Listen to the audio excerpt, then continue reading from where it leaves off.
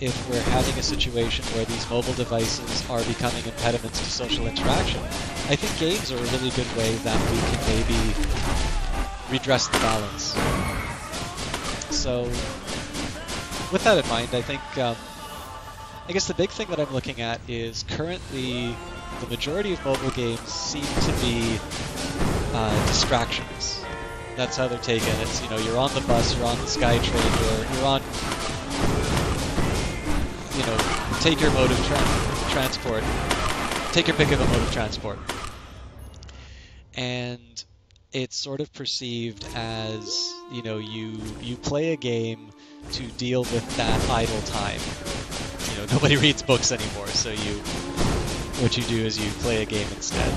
I mean, I'm bad for this, right? I love books, but I love games too. So certainly, if I have the opportunity to be distracted on my phone on the bus, I'm usually going to take the phone over a book, which is a shame because there's just so many good books that I should read, and I haven't.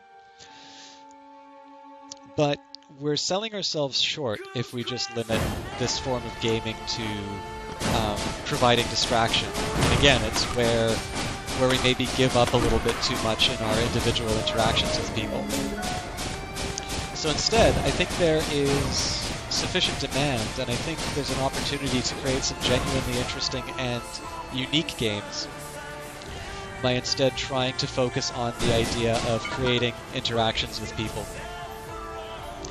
And, you know, for what it's worth, I think it's the best way to do mobile, because there's certainly no shortage of people who are making mobile games. I know there's a couple of studios in Vancouver that used to be developers for PC games and now have switched to mobile only. I won't even, you know, I don't even have the background or the knowledge to say whether or not that's a good call or not. But there are certainly people who have now gone all in on the mobile market. And so if you want to play in that space, you need to acknowledge that that's the kind of person that you're going up against, somebody who is deriving their entire livelihood off of successfully capturing that market. And chances are they're going to have more experience making the kind of game that people are most used to, right? Everybody's going to be looking for the next Angry Birds, and they're probably going to be able to create something of that nature. They're probably going to be better at doing it than you and be able to get it out faster. So instead, you should compete on originality. This is the benefit of being an independent developer. And certainly from my perspective, I want to take it a little bit more seriously than just a hobby. If, of course, it being a hobby is supposed to be a negative thing. I don't necessarily think that that's bad. But if I'm going to make a game, I want to make a very serious effort at it. Whether I make a mobile game is another matter. But I'm just running with this train of thought, so for the purpose of this discussion, let's assume that I'm considering mobile. The benefit of being an independent developer, somebody who maybe can, you've got nothing to lose, right? You've got everything stacked against you as far as access to resources. Well, unless you're independently wealthy, but in terms of the resources to market your game, it's an uphill battle. And so you should use that to your advantage. You should be taking risks. You should be doing original things. And that's why I think, trying to capture a market that is looking for interactions with real people is a really good direction to go with mobile games. I almost make it sound like this isn't happening in mobile games. I actually think a really good example of this would be Space Team. A game where each individual player has their own control panel, and you have to do a particular thing on the controls, and everybody's getting different commands. So being able to coordinate people in an environment where basically most of the instructions that you're given are complete garbage. It's gobbledygook. So it's just a fun little experience. Somebody described it as, there's a game called Artemis where, it kind of creates this nerd's fantasy of captaining a starship. Everybody has their roles, so one person's going to take care of the weapons bay, one person's going to take care of, entrance or something like that. And it's a game that you have to play with, 4 other people. And then I think one person plays the role of captain. I don't even know if they need or get a computer, or if they just coordinate the actions of the other people.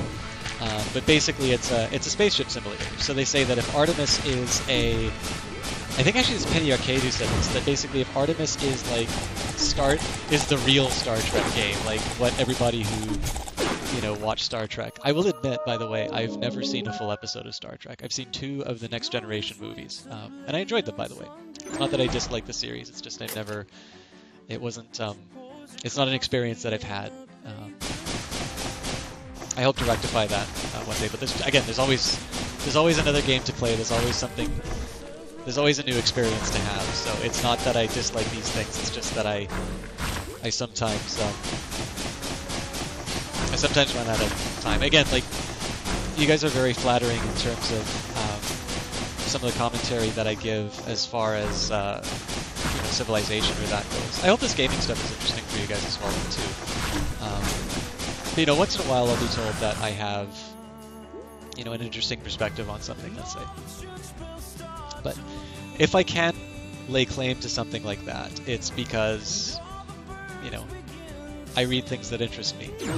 And as much as I'd love to watch a lot of these movies, there's also books to read, there's papers to read. I have the benefit of being in an academic environment, so that promotes me to engage with things that are maybe a little bit heavier. And it's definitely stuff that I like. Like, I don't necessarily think it's bad to read heavy stuff. Although, again, it is definitely... I've noticed that I do tend to like taking very serious topics. This is getting a bit off topic of gaming, but I will share one of my favorite exchanges actually came after my monetary theory class. The prof kind of encourages people to get to know each other and took us all out for... Well, I say he took us out for dinner. Everybody paid for their own stuff, obviously. But he does a dinner after the final exam.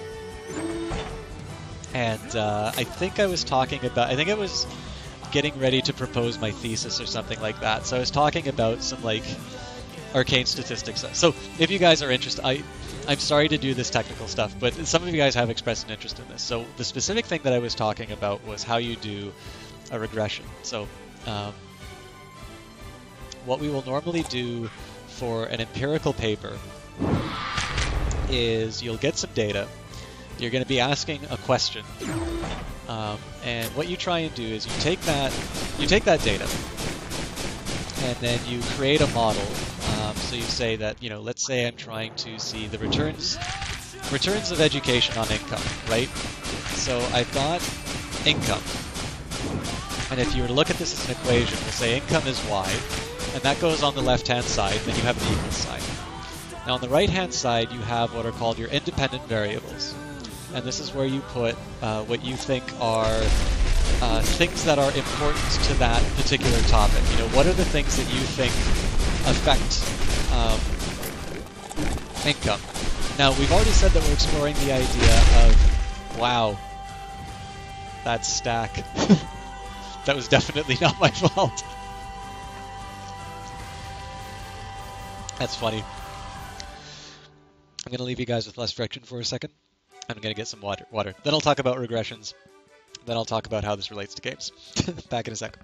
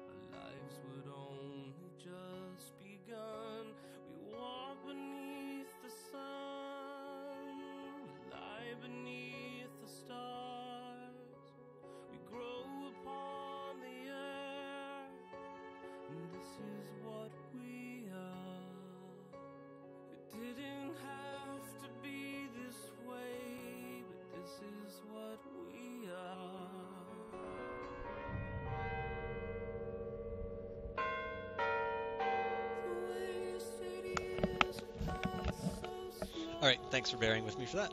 Let's just do the bandit again.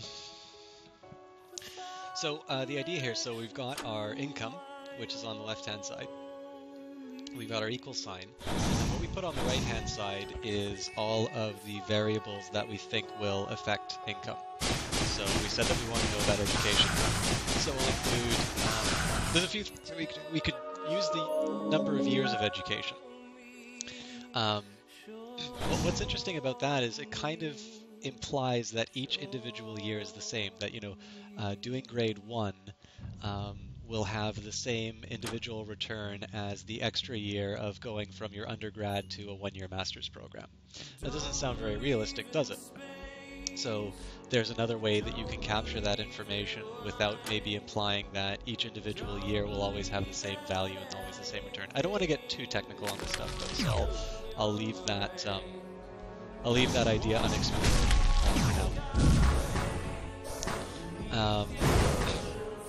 But in addition to education, which is kind of the question that we wanted to deal with, there are definitely other... Wow, I'm really messing this up. There we go. I just need to see the platform.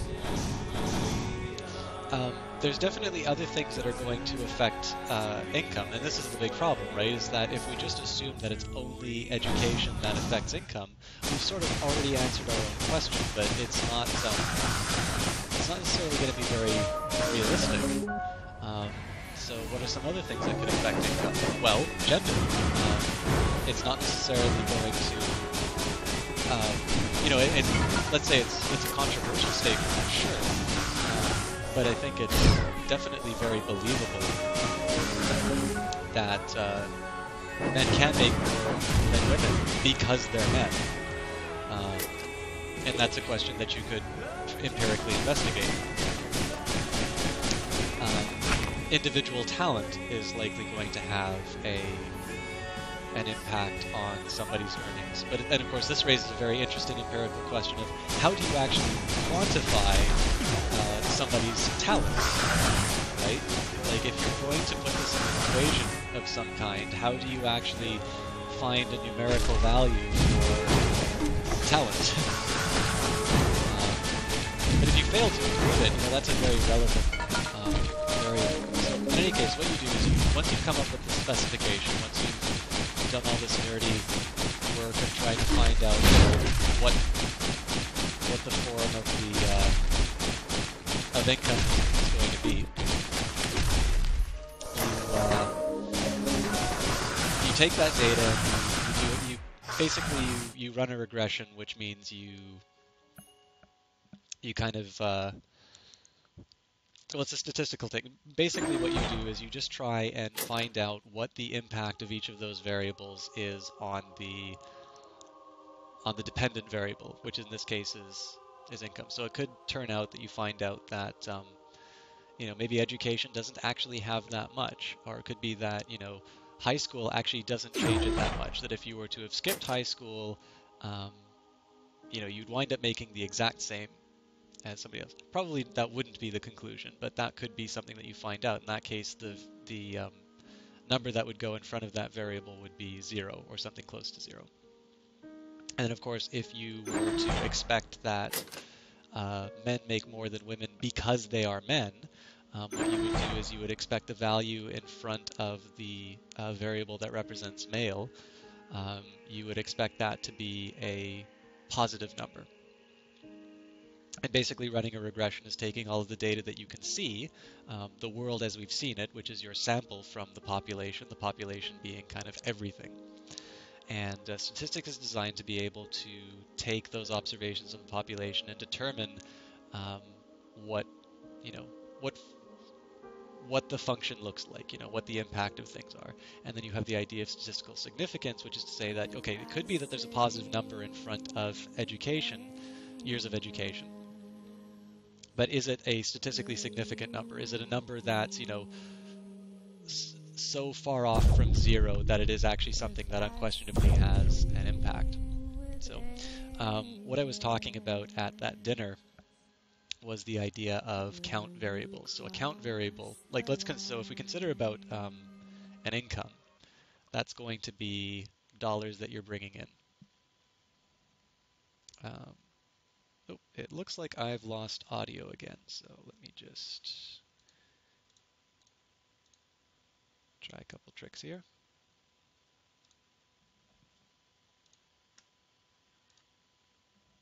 There we go.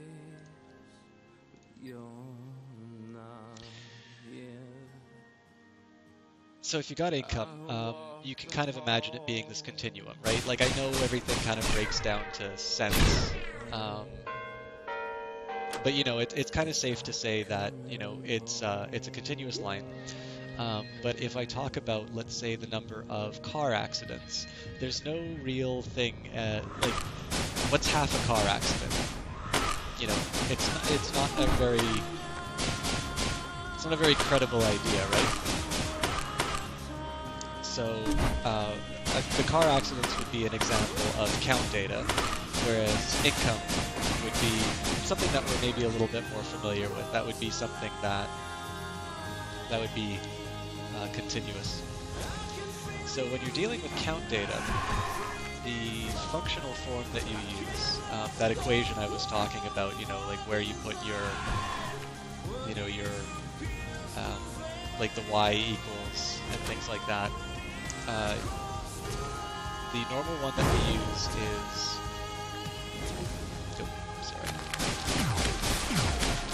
is a one called ordinary least squares. It has a number of properties that make it really useful and desirable, but it's not the only one.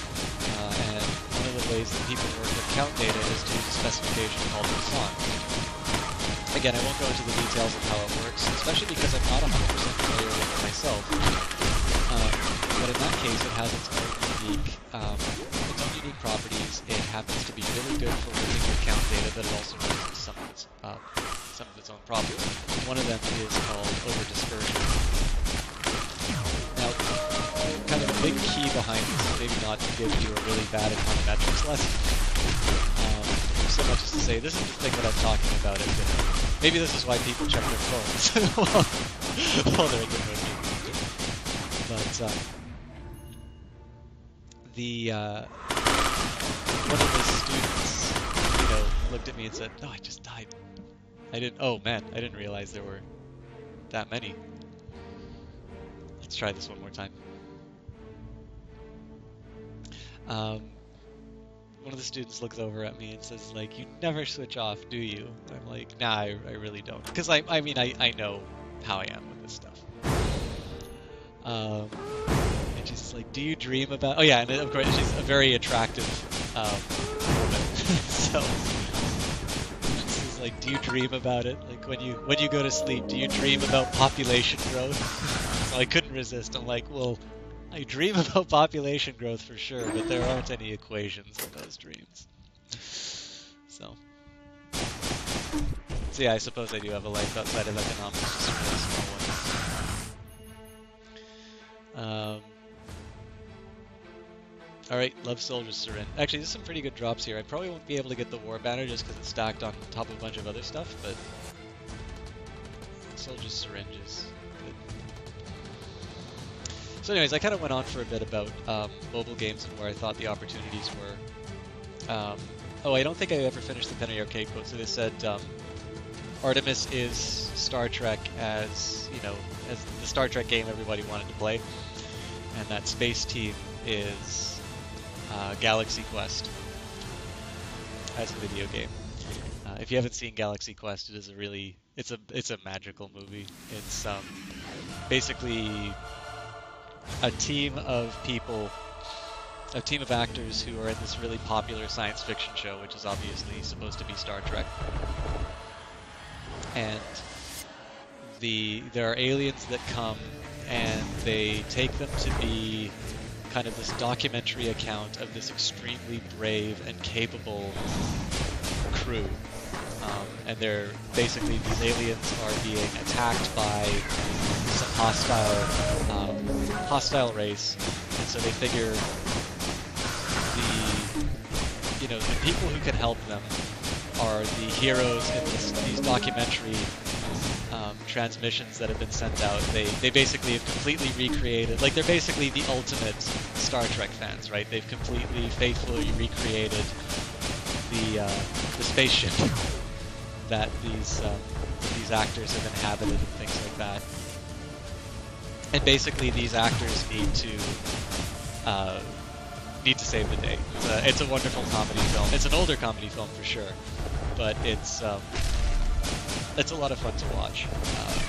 And Space Team, this mobile game, which is sort of dedicated to getting a group of people dealing with this,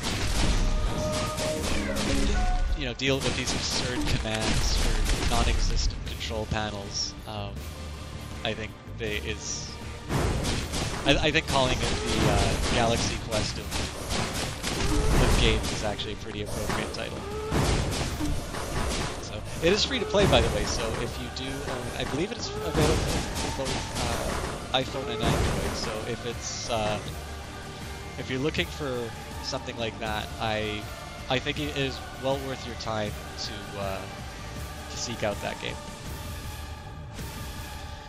I also think the developer definitely needs some kudos for making that game, because it's really original, it's really unique, and I think it really encourages people to interact with each other.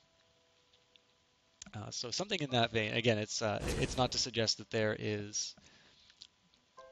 that games that encourage interaction physically between people through mobile devices are non-existent. I just think that they're a rarity, and I think that's a really good way to basically make, incorporate the technology that we have into our social interactions a little bit better.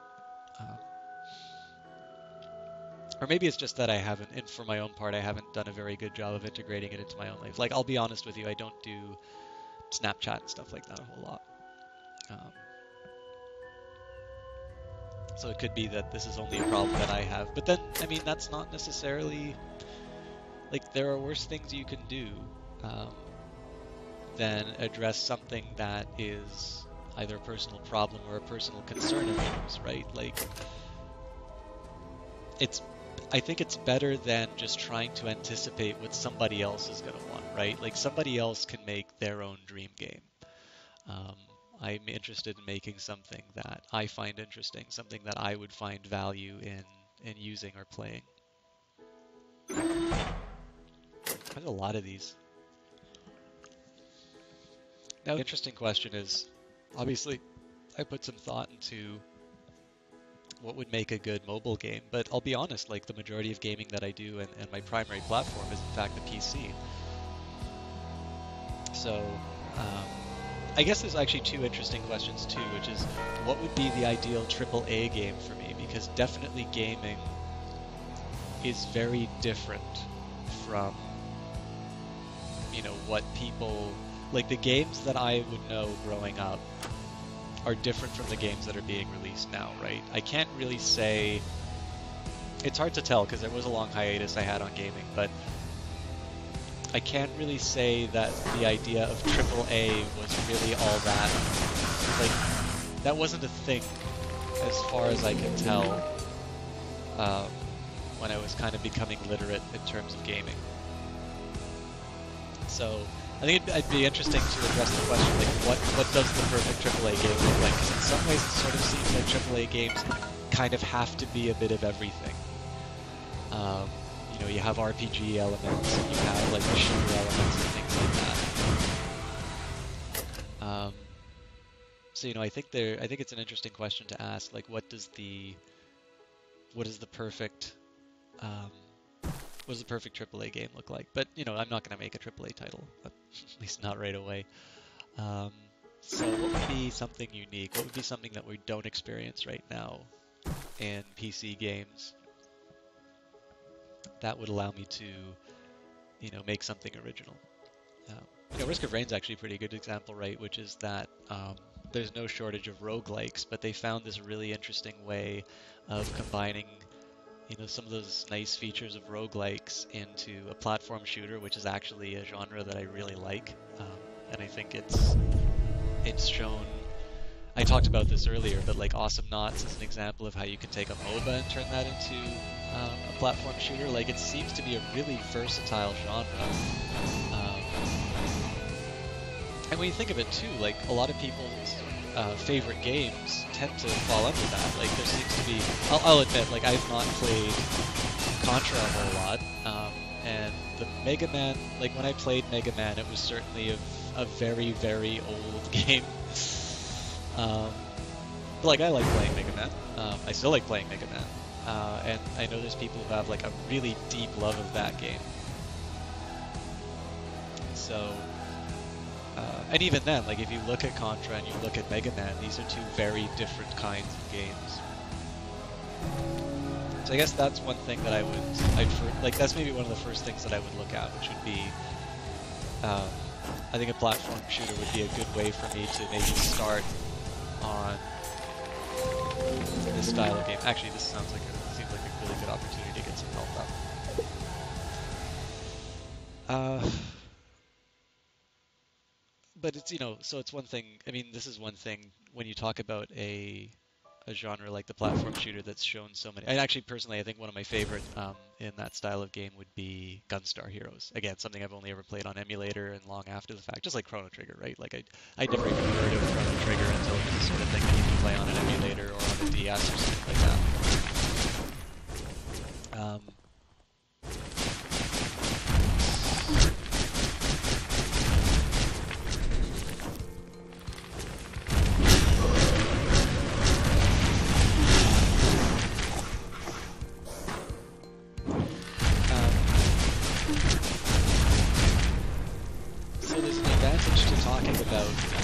A very versatile genre like that, but it also kind of, there's a bit of a cost to that too, which is you've sort of deferred a lot of decision making.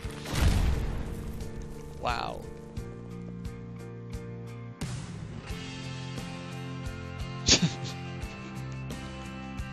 I suck at this game.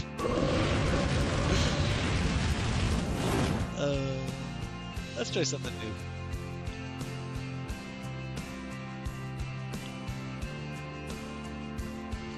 Bear with me a second here while I load up some stuff.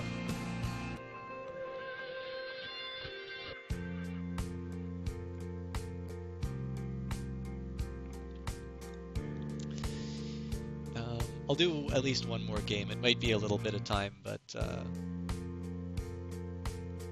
won't spend a lot of time on it, but it'll be...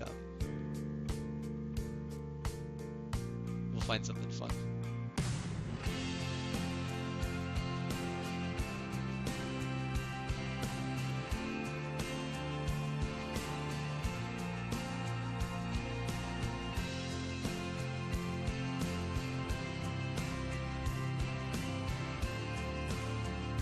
Oh, you know what? I haven't done this one on stream.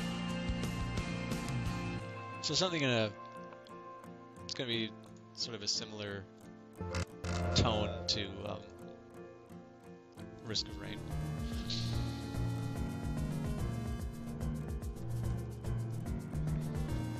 I'll admit I was a little underwhelmed by this game when I got it. I was expecting a little bit more when I played it, but it has its charm. So see if I can learn to love it after playing it a little bit more on stream.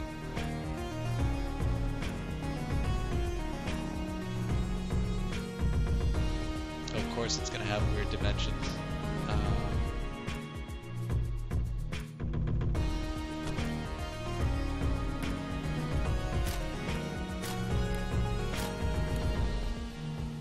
That fixed it.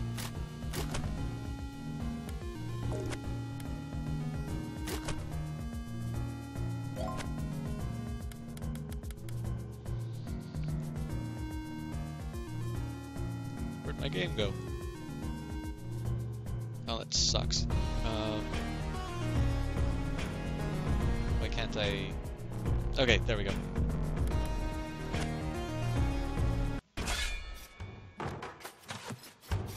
I don't even remember the controls.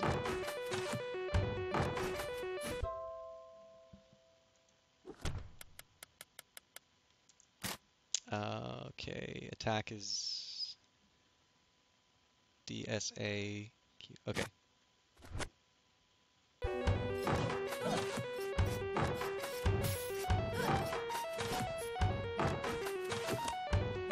So, oh, hang on.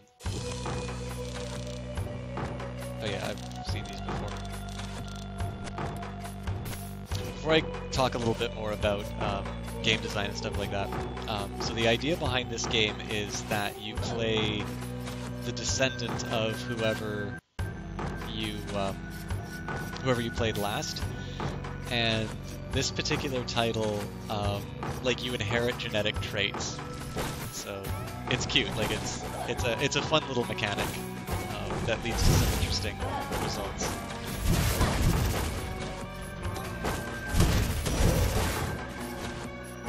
And I am terrible at it.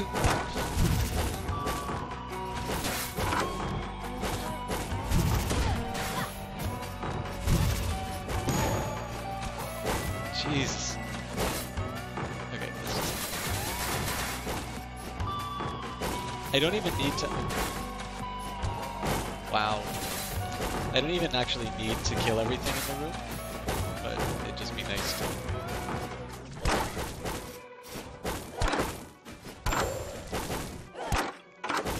Oh, God.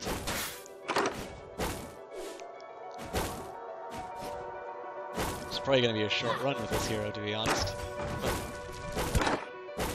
But that's fine, I can show how the generation mechanic works.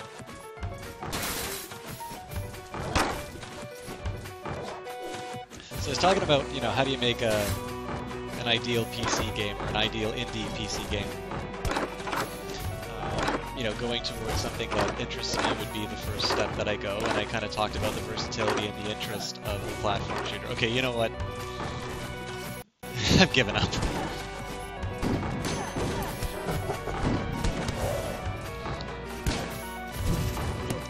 The one drawback with going with a versatile choice, though, is that I've kind of deferred a lot of decisions in terms of what... I even saw the thing shake. Alright, well, I suck at this game, too. Oh, I guess I should change the stream title.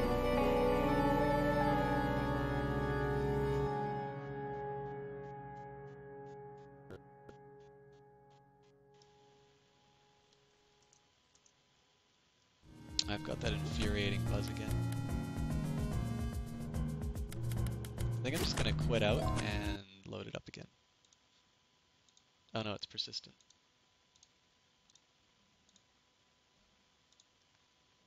So yeah, it looks like that's something to do with the audio program that I use. So hopefully when I get the new microphone, that's going to fix that. Okay, so let's pick an air. We'll talk about this for a little bit. So as you can see here, you've got Sir Skunky, who is a knave, risky hero, low stats, but can land devastating critical strike trait. Coprolalia? I don't know what that is. It seems like he soars a lot. Stereo blind, can't see in 3D. Spell conflicts, launches orbs that bounce everywhere. Lady Jenny, the paladin, also carries Corporalalia. A savant, very talented with a few issues. Also has a spell conflicts, and I actually particularly like the paladin because I did put some money into the shield. And then we have a barbarian who has OCD, ADHD. So I mean, as far as genetic traits, Sir Kotaki seems good, but we'll do Lady Jenny just because she has the shield, and maybe one day I'll finally remember to use it. I don't think I can do anything with this gold. You basically upgrade your castle for more abilities, but I don't really have, like, I didn't get a whole lot of gold, so I'm just gonna skip and head into the dungeon.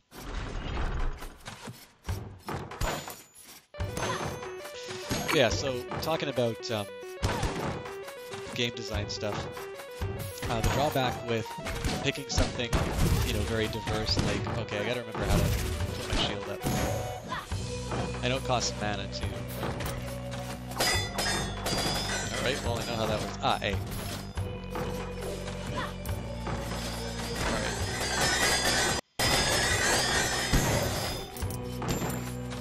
I should be able to do a little bit better this time around, I think.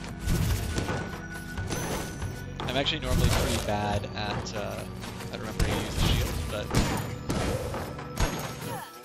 I think now that I'm being watched by people, it'll probably work a bit better. So the drawback, even though I think the platform shooter is really interesting and has, you know, the opportunities through being such a diverse genre, it also means that I sort of set aside a lot of decisions to, you know, the next phase. And so as a result, I potentially make it harder for myself if I'm not thinking about it clearly. So I think if I want to say, you know, I'm going to make a platform shooter of some kind, I really should have been paying attention to what I was landing on. The responsibility on me is also to say how I'm going to make it original, or if I don't make it original, just come out and say it, that, you know, I want to make, you know, Contra on a PC. And I actually need to admit I've never played Contra, so I'd also first have to know what Contra is like. And again, it's important too, like, I'm not talking about making something like completely derivative. I think it's important to express yourself and be original in this kind of stuff. I mean, that's where I was talking about, you know, I'm not going to spend a lot of time thinking about what somebody else's ideal game is, because they can go and make that themselves if they really want to see it, right? I know what I find fun, and I would hope that that honesty kind of comes through in the design of the game, and that people get an opportunity to share my interest with me. You know, the same way that clearly the people who wrote the Wolf Among Us, you know, yes, they got the Fable stories, right? You know, I'm sure that when your boss comes to you and says, okay, you need to write on this series, you're going to write a story that involves the big bad wolf and some, you know, some fables. It's not that you're going to get carte blanche on it, but there's going to be some themes that you want to explore, right? Like, I'm sure that if you were to talk to the people who worked on The Wolf Among Us, you would probably find that they are as concerned about people who fall through the cracks as the game would lead you to believe. I don't think people do that just because, you know, they sort of feel it in the zeitgeist and they want to do something that they think will be popular. Although obviously they want to make a game that sells well. I think probably if you were to talk to the writers of that game, you would see that their personal concerns actually reflect some of the issues that are brought up in the game.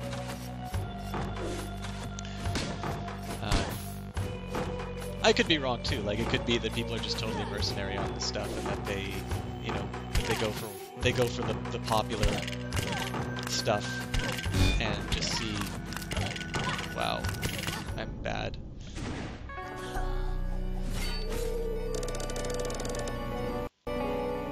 Hopefully I made some good money though. Alright, so Lady Sonia II is a mage. She has a beard. Hypergonadism. Your permaroided attacks knock enemies further. IBS, even the most irritable hell syndrome. And throws a giant axe. Sir Hornsby the Knave. Low stats but can land devastating critical strikes. Bald. Ambivalus. You've got 2 left hands, you can cast spells. Well, that's fine, I never use spells. And Sir Grey the Knave.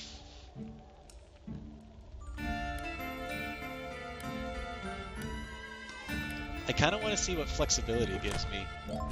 Not that I'm biased towards baldness. So I've got 300. What can I get with 300 though? Attack up. That's definitely the most appealing to me right now. Yeah, let's get that.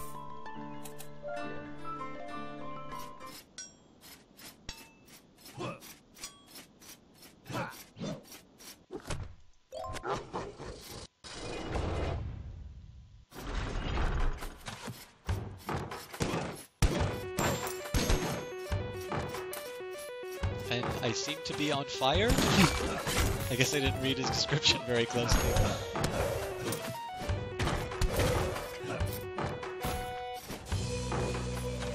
Oh, hang on, do I get double jump?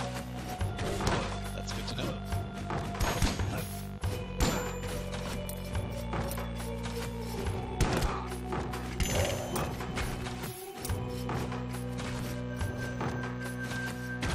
If I learned the controls for this game properly, I'm sure I'd be a lot better at it, because I know, like, I paid to get a dash ability.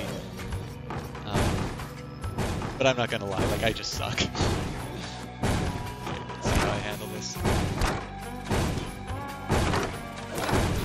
Well, exciting. Again, failing to use double jump, which probably would have been helpful here. We made it through.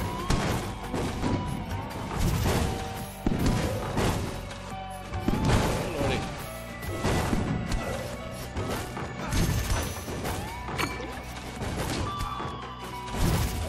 I was gonna say, look at those moves, but...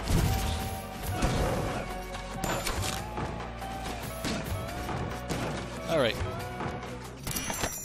Well, we got some loot. Let's see whether or not we can survive to spend it. Actually, I guess I spend it when I die, but...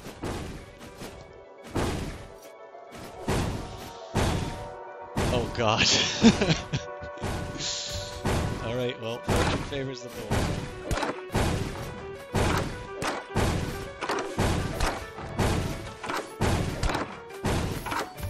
There we go.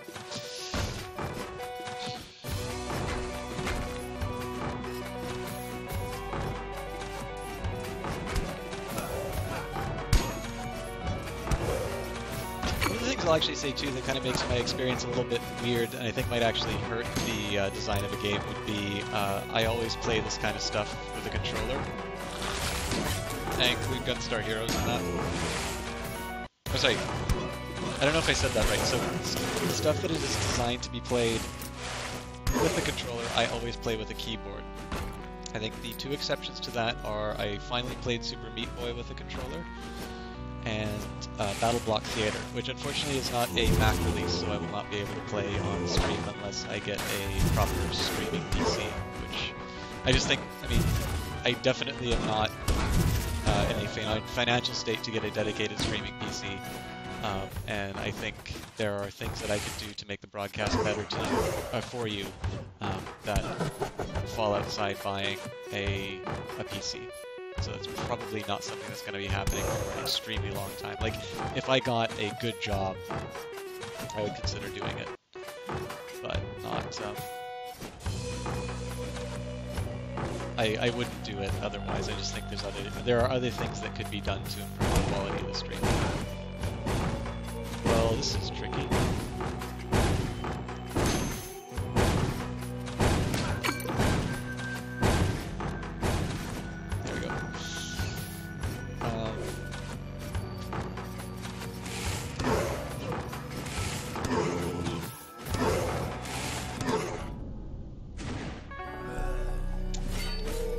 Having trouble with a boss, try using different runes. I haven't even gotten to... No, that's not true. I've gotten to one boss before.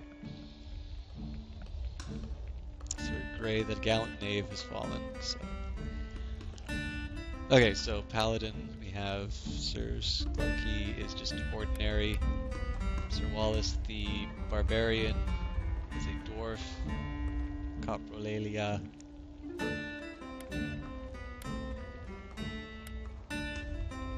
You know, I was getting better with my shield block, so let's go for a paladin. Oh, so close to another upgrade to that, but I don't use magic that much, but I also, like, I'm gonna lose whatever gold I don't spend, so let's get out of the manor and see what we can get with these other heroes. Or these other items, rather.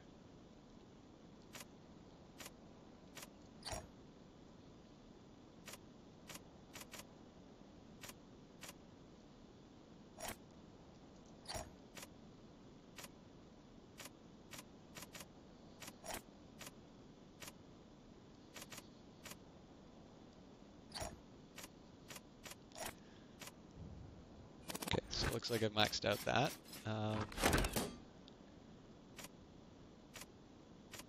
That's where I got the double jump from. Okay, so is there anything I can spend on is the question now. Yeah, magic damage up, that's it. Well, that's what I get for sucking.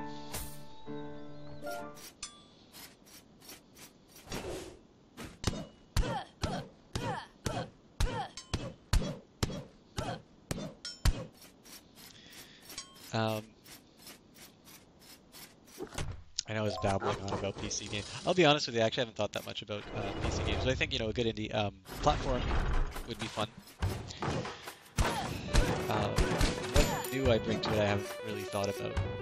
I'll tell you another game that I think would actually be kind of interesting would be to take, you know, like everybody knows chess, everybody knows that kind of strategic game.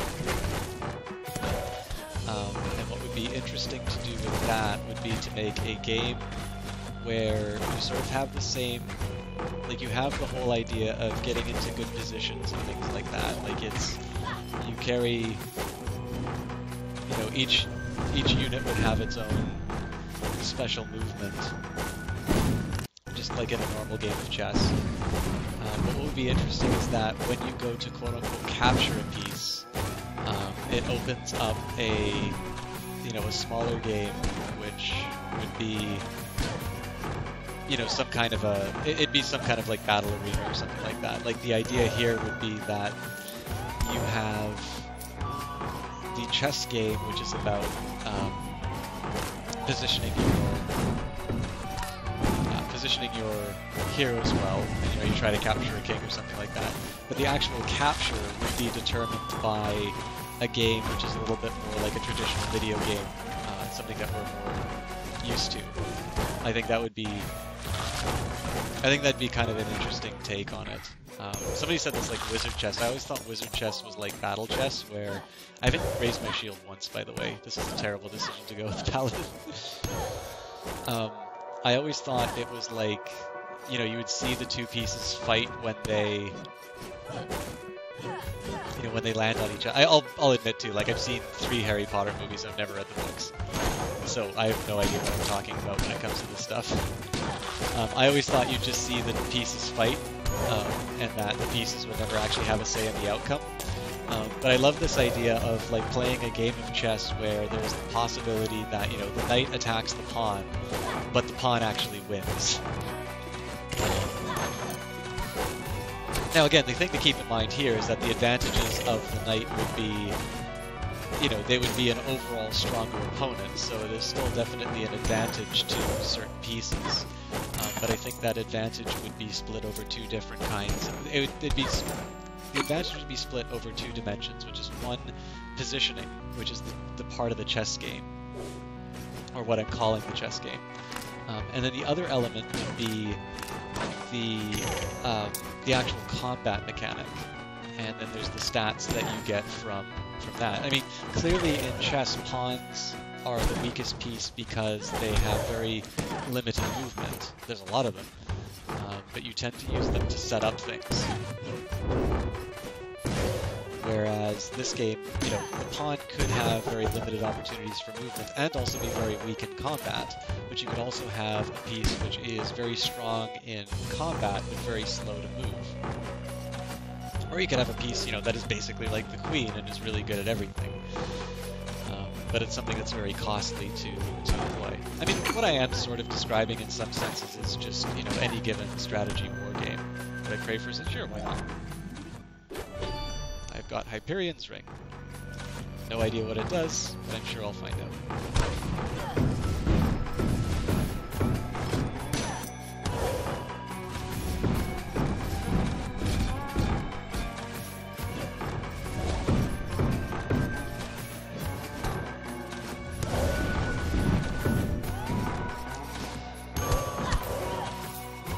So again, this isn't a major innovation or anything like that, but it's a game I haven't actually...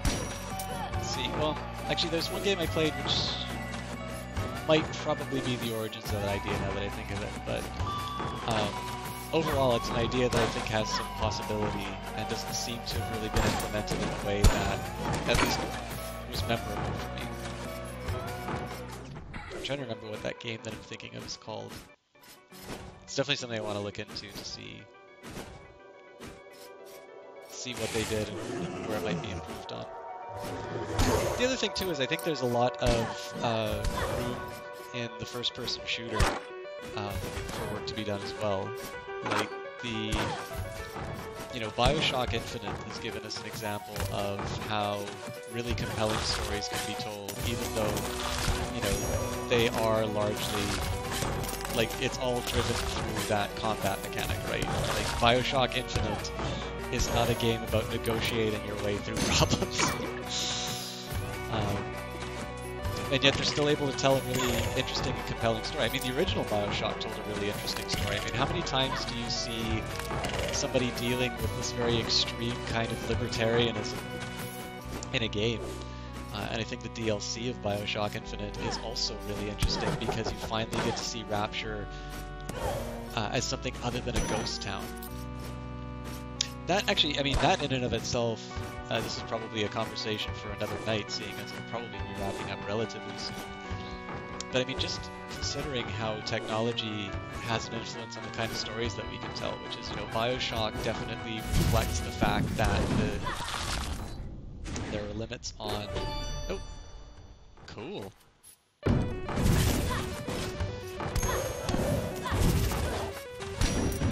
I should break your assistance more often.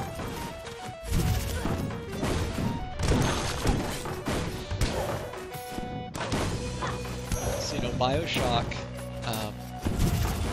I'm going to assume, didn't have lots of population because it, you know, there are technological limitations at the time, right? That you're not going to have these sweeping vistas filled with people.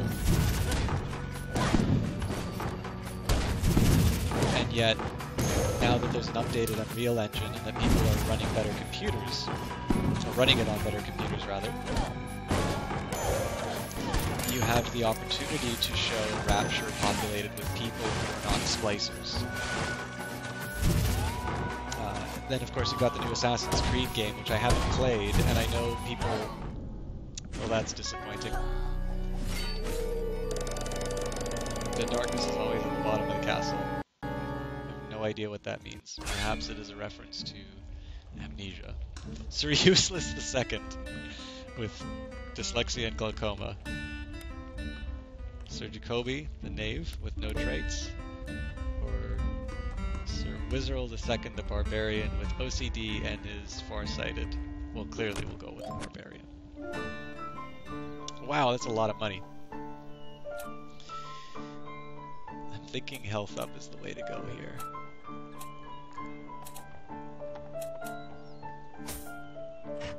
But I can only do one. So, not enough to unlock new heroes. I'm just going to do attack up because these are the things that I'm using the most. I could get better. This is such a neat effect. And I kind of like how pixel art has become, like, people are taking advantage of the new technologies to bring in little things like this. But you also consider strategy games, right? Like the ability to... Oh yes, oh actually, sorry, I was talking about the new Assassin's Creed. Like, you know, for whatever problems people are bringing out about it, it's a time period that I really like to see. Revolutionary France is just such an interesting time period. I mean, just think about, like, you probably had to read this in school at some point. If you haven't, it's a really wonderful book, and I'd encourage you to look it up. But A Tale of Two Cities, Charles Dickens. And I mean, just the figures that come out of that time period, there's just so many different things about the French Revolution and the ideas behind it that make it right, especially in the world of Assassin's Creed. I think that just make it for a potentially really interesting setting in which to explore. And the fact that there is the potential for revolution, I don't know if it actually takes place during the revolution itself or sort of on the eve. Or another example, you know, something that's been popular a little bit more recently, maybe not A Tale of Two Cities, but Les Miserables, right?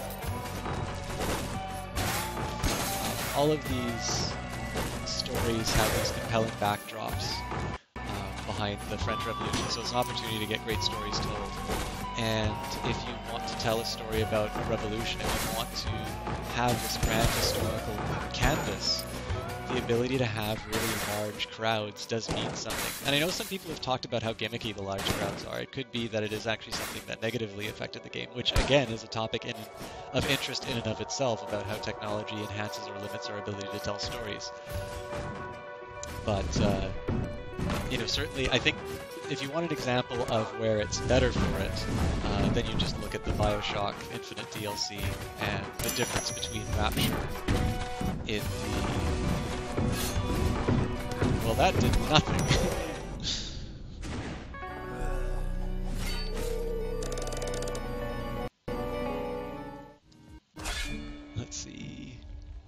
Lady Winry, who has congenital insensitivity to pain.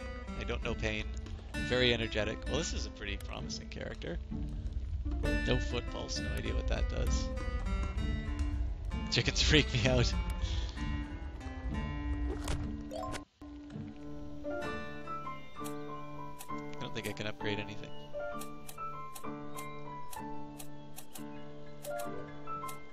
Nope. I am bad.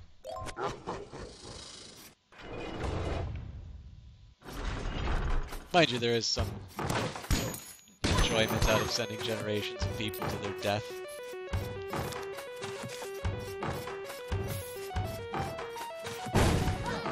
Well, that's a promising start.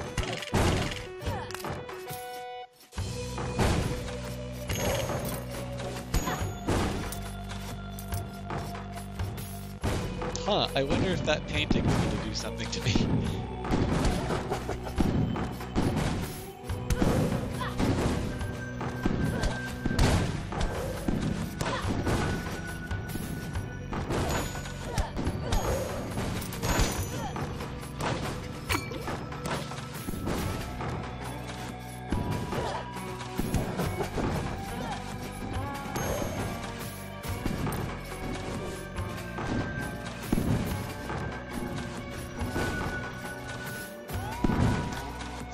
Time to figure out what my special ability does. That's close.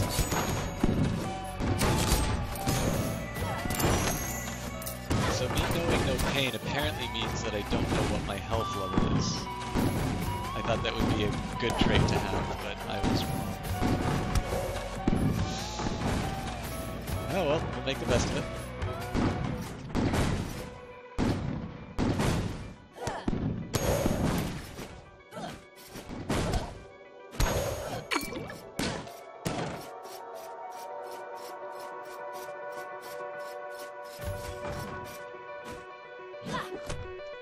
Worked so well the last time. Hermes boots. Quite the jumping power.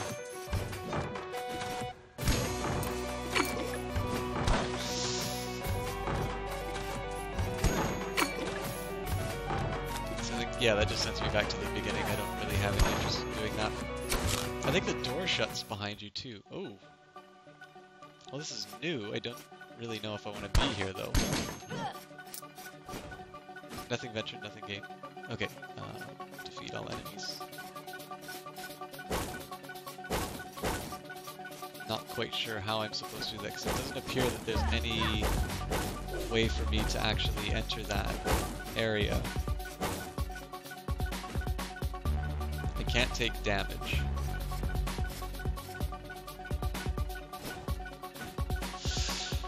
I don't think there's going to be a platform there, but let's see how far I can go with this. Okay, I have no idea why I didn't take damage on that, but I'll take it.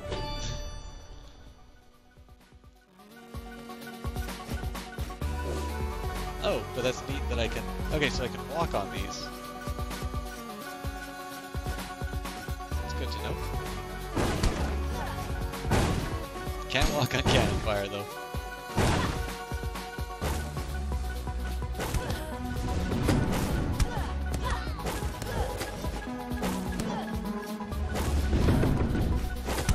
Stuff's definitely really strong on this level, so I gotta get out of here.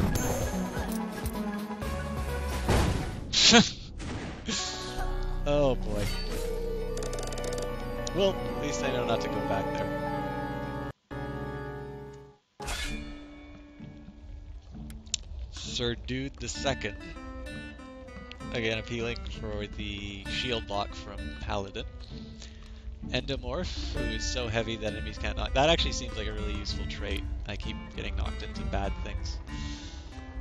We have got... Again, I can't cast spells properly. Not the end of the world, because I'm just really bad at casting spells in this game. I kind of want to see what Insanity looks like. Okay, so we've all got all Paladins, those are good. Stereo Blade. Well, I mean, Sir Dude has all of the good stuff, except for Blade Wall, which seems to be useless, so... I'll go for that. And do I get more health? No, 530, so we'll just go for attack power, because I just don't like learning new things.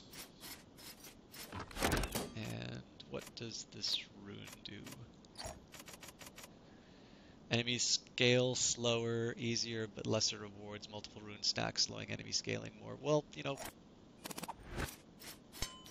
I may suck at this game, but I don't want to make it easier.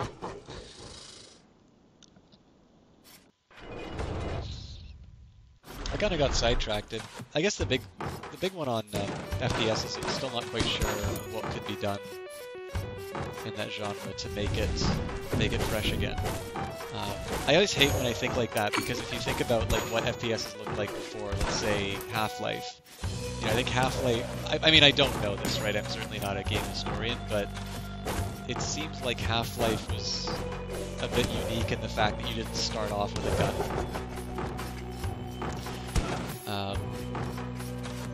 You know, Quake seems to be the big thing that made FPS, or I guess maybe that's too Quake or Doom, but both of those games definitely you start off with weapons, and it's not that Half-Life told a particularly, like, you know, Half-Life's story is not that sort of thing. It's like, oh, I cried for weeks after playing Half-Life or something like that.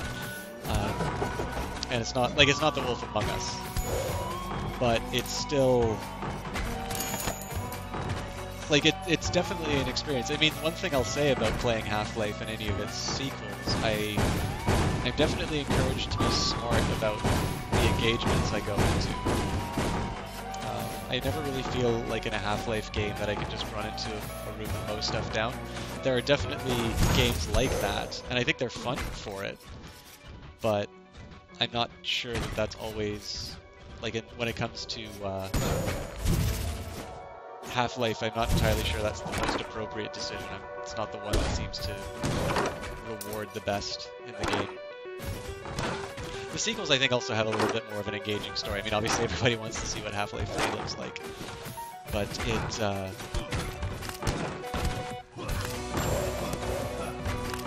yeah, when I say I don't know what the next big innovation for FPSs are, it's not that I think the genre can't be developed. It's one that shows a certain degree of resiliency. I mean, people are always going to be buying these games, right?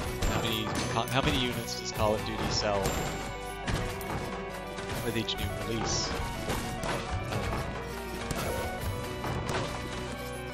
And it could be that there's new mechanics, right? Like, so with the Battlefield series or something like that, creating sort of a more tactical environment than what people are used to. That's an innovation that maybe I fail to appreciate, just because my interests right now are more in the kinds of stories that get told, than just the overall experience that somebody has. And again, I am actually quite interested for PC stuff on single-player experiences. Now, this could possibly because they're easier to implement. I don't even know how I would begin to put in some kind of robust multiplayer. I know it's hard and seems to be where a lot of independent games fall short. I'm thinking of Nidhogg in particular, a game with so much potential, so much fun to play, but in some ways, I think between two evenly matched opponents, whoever hosts actually really does decide who wins the game. Which is just an excuse to, play local, I suppose. And I mean, the fact that the game has been released for so long, and they don't have the options that are available in local multiplayer for online, like to me, it's fairly clear that they don't intend on implementing those features for online. Well, this is interesting. I kind of want to see what level these things are, though. Level 22. Seems like I can handle it. I didn't even know that there were different environments. I haven't played this game a whole lot, in case you haven't noticed.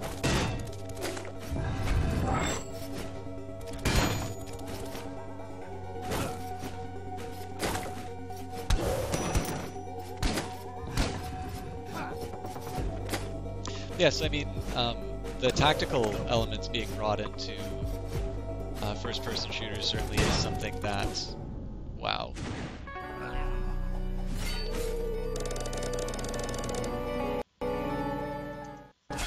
Right, let's do another one. It's getting kind of late, so let's make this the last one. So stereo blind, gigantism. This seems to be all bad. Mage, colorblind, hypochondriac. Ugh.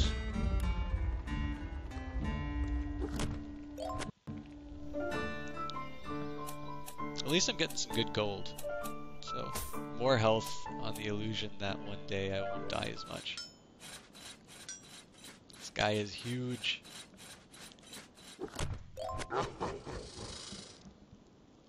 Yeah, I still think maybe the innovation isn't supposed to be along the lines of story or something like that. Maybe... But with that in mind too, like I think there's room for interesting FPS experiences that are good for single player and don't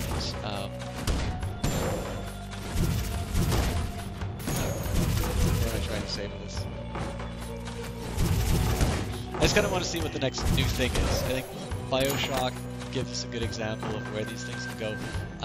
Outlast and Amnesia sort of show. Like, I know it's the other way around. Like Amnesia's kind of the one that showed us what horror games can be like. I think those games, you know, certainly showed us some ways in which you can make it interesting. One thing I particularly like actually is that they finally decided to make an Alien game of the survival horror genre, because that is really what the first film is. It's the second film that turned it into an action movie, and a good one too. Like, it's a lot of fun, but I really don't think any Alien game has quite captured the fun that is Aliens. That's probably just because there aren't, you know, James Cameron doesn't work in video games. James Cameron's definitely a very talented filmmaker, and it's hard to do what he does for sure. Oh god. Okay, I said that was the last one, and I'll do one more because I'm bad.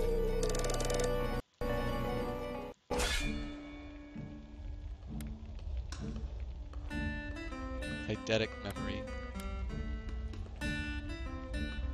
Let's try a Knave. It seems like the least appropriate choice for me because I always die.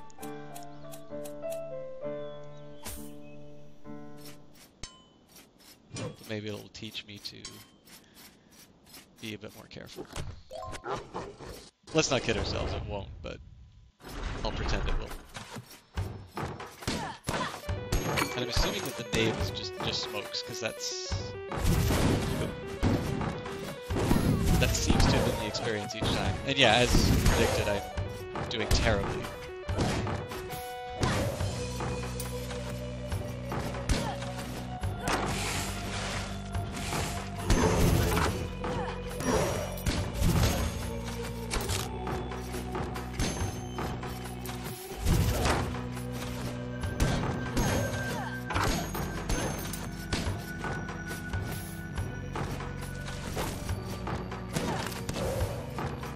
Actually, I guess another example that's interesting, although it's maybe not one that I personally have put a lot of time into.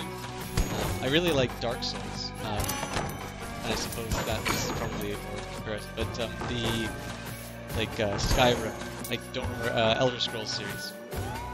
You know, I've never really thought of fantasy games as being played from a first-person perspective. I've certainly never thought of like a first-person mage, and yet that's possible inside that game. Now, again, it's not something that really worked for me, and I know that's something that all my friends accuse me of outright heresy for.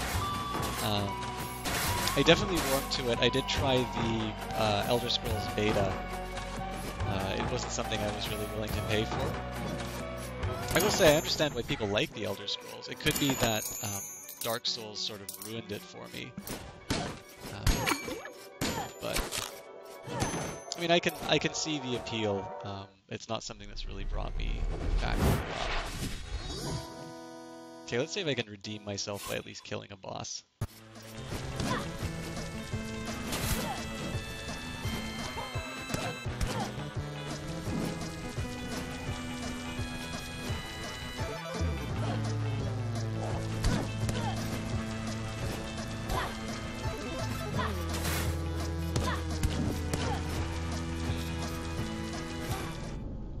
Nope. All right.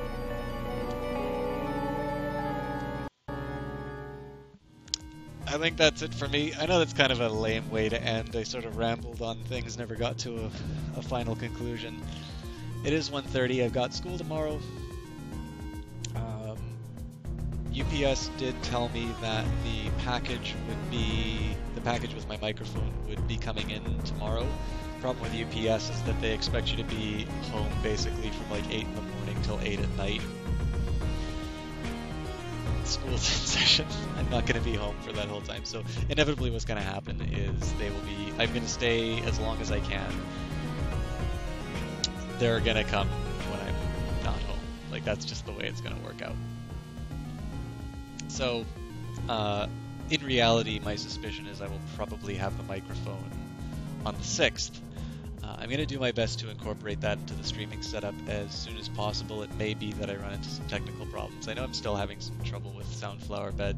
There was one better piece of software that somebody had recommended, but doesn't seem to have really filled up to its potential. The tutorial they gave me has factual inaccuracies inside of it, so I'm going to have to learn that software myself, which is not insurmountable. Another thing I'll talk about, I actually did after the stream last night, I actually did some solo casting. I didn't record it, and I can't stream it when it's online.